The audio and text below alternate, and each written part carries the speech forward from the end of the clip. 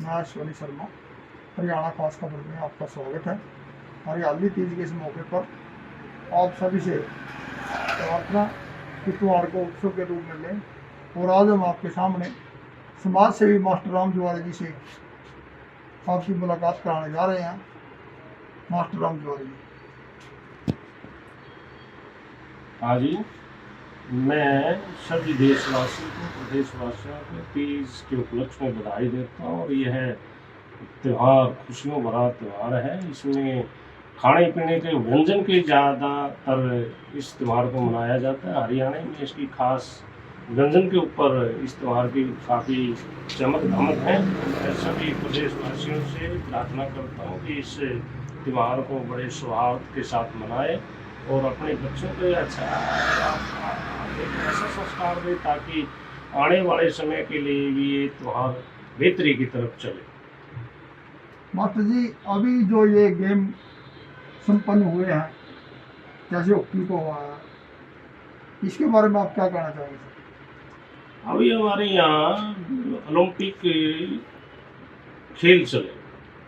हमारे कम से कम 130 खिलाड़ी और 100 के करीब कोच और अधिकारी उनके साथ टोक्यो ओलंपिक में पहुंचे थे। हमारे देश ने के जितने भी खिलाड़ी थे लगभग सभी ने पूरी कोशिश की और देश के पहचान के लिए, देश का गौरव बढ़ाने के लिए प्रत्येक खिलाड़ी ने पूरा मान सम्मान बढ़ाया।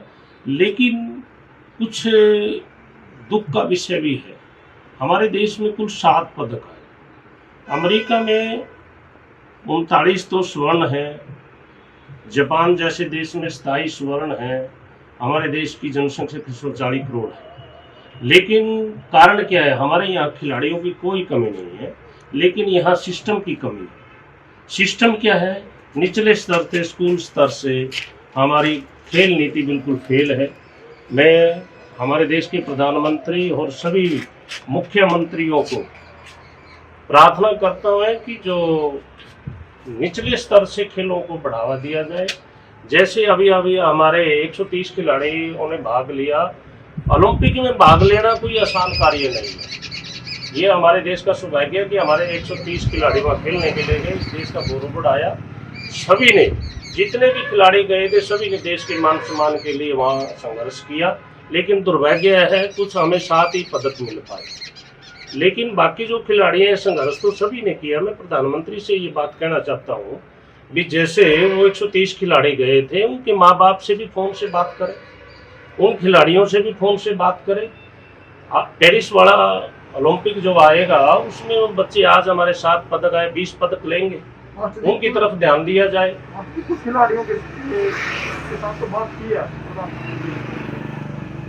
लेकिन मेरा मानना तो ये है, चलो उन बच्चों से बात करी जो पदक लेके आए, लेकिन बाकी दूसरे खिलाड़ी भी तो सबसे बात करनी चाहिए।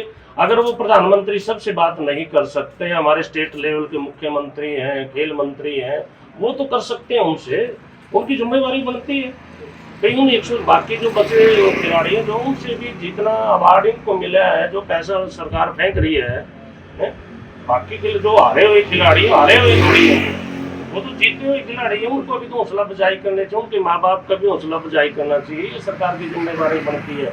जैसे हमारी हॉकी की टीम 41 साल के बाद स्वर्ण ये पदक में आई, लेकिन पहले भी पदक लिए हमने, 7-8 पदक लगातार ओलंपिक में रहे हैं हमारे ध्यानचंद जी में। खिलाड़ी कोई छोटे खिलाड़ी तो नहीं थे। 8 पदक 7 पदक उन्होंने पहले लिए हैं 1980 तक। लेकिन 41 साल का समय क्या हुआ, जबकि निचले स्तर से, गांव स्तर से हॉकी, वॉलीबॉल, फुटबॉल, ये 3 खेल ऐसे हैं जो बिना खर्चे के हैं।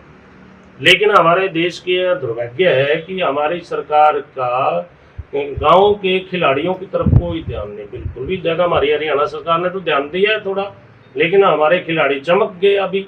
लेकिन अगर सरकार निचले स्तर से, प्राइमरी स्तर से, स्कूली स्तर से अगर नर्सरी पैदा करे, जैसे पेरिस का जो ओलंपिक है उसकी अभी से तैयारी करें, तो हमारे खिलाड़ी इतने पैदा हो जाएंगे कि स्वर्ण और ये कांस्य, ये तो इतने पदक आएंगे कि गिनती नहीं कर पाएगा ये देश।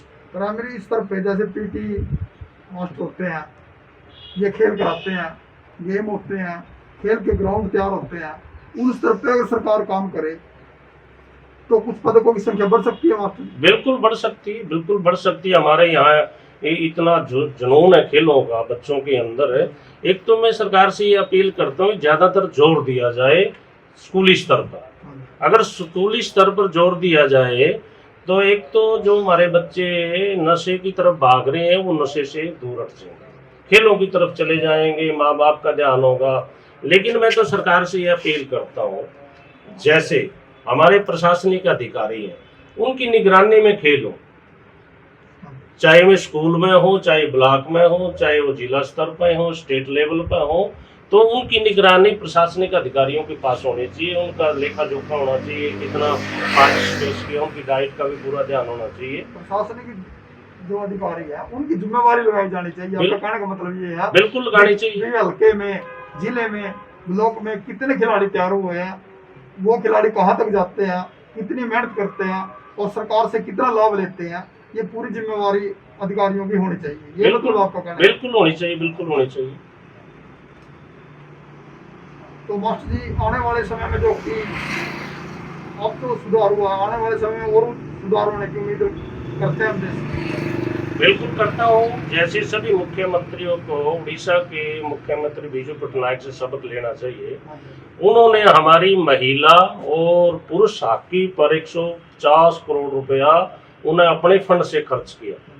अगर हमारे दूसरे मुख्यमंत्री, हर स्टेट के मुख्यमंत्री अगर इसी तरह अपनी तरफ से खर्च करें तो खिलाड़ी तो इतने पैदा हो जाएंगे कि वहाँ खेलने के लिए ओर लग जाएगी। मेरी सभी मुख्यमंत्रियों से अपील है, वो जैसे बिजू पटनायक जी ने ऐसा काम किया है, सभी मुख्यमंत्री ऐसा करें। अगर सारी सरकारें ऐसा सोचती हैं जैसे मास्टर राम द्वारा जी बता रहे हैं और सरकार वाकई एक इनके बारे में सोचते हैं, खिलाड़ियों के बारे में, तो आने वाले समय में अब तो 7 पदक आए हैं, हमारे ये 14 भी हो सकते हैं, 20 भी हो सकते हैं।